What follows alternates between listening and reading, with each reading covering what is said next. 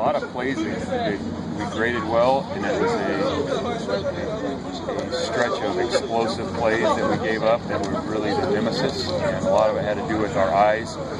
They give you a lot of issues with the formations and the reverses and all those things. We knew that going in, and we did not do a good enough job with our eye discipline at times, and that cost us. They earned a couple plays on us. They made a good throw and catch, and they made a good run. And so good teams and good athletes are going to do that from time to time. We got to get rid of the self-inflicted wounds.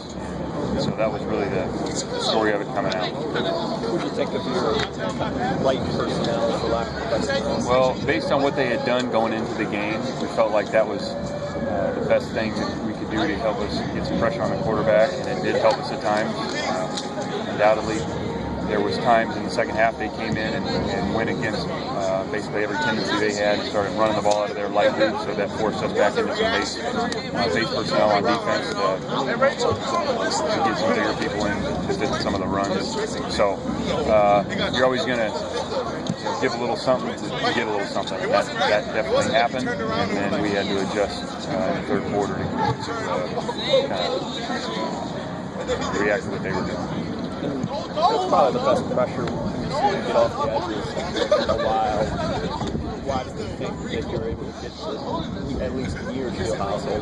Well, I thought the four guys that we put out there, some of the rotations, there's obviously more speed, and we're giving up a lot of weight. We had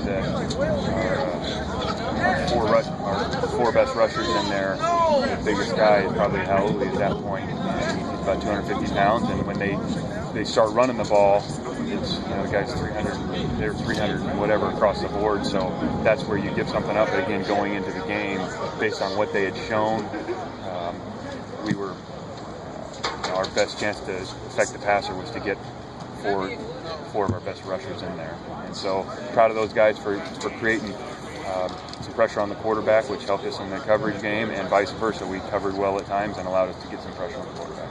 Does Josh Shirley show you anything in terms of maybe expanding his role even going forward, or do you like that rotation? I think what Josh does best is as a speed rusher, and he's going to continue to hone his craft, and the better and better he plays against the run will allow him to play more run-down situations. But again, in this day and age, with the number of snaps that we see, and again, we're going to see again this week, you got to be able to roll some guys, and in the perfect world, you get them in the right situations to do what they do best. And we were able to do that at times with Josh this past week, and he did a good job. There's a couple things he definitely needs to clean up, but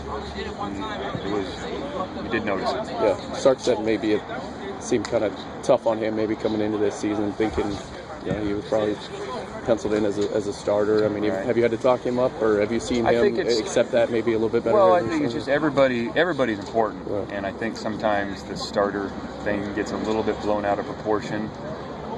Maybe in the days when you played 50 snaps on defense, and the 11 guys played 50 snaps, then it was a little bit more of an issue. But this day and age, you got to have guys to roll, and Josh is an important guy, just like Corey Littleton and Auli and Connor Cree, and they're all important. You got to have all of them. So we need to continue to develop across our front for us to play better and better. Timo obviously has physical skills, but everyone always points to his understanding and being smart out there. Without him, who takes over that and make sure people are doing the right things or in the right spots? Right. Johnny is a real bright guy, like you said. He knows our stuff as well as anybody. And Thomas came in and did a nice job, and Thomas has been practicing well, as is Princeton and Shaq. So those guys, we didn't have a lot of alignment errors after Johnny went out, so the guys that went in there did a nice job getting lined up. We had some technique errors at a couple spots, but I thought those guys, for the most part, had a good understanding of what we're doing, and we were able to get lined up. Didn't mean we played perfect, but we did a good job, I think, getting the calls and communication that we needed. You guys obviously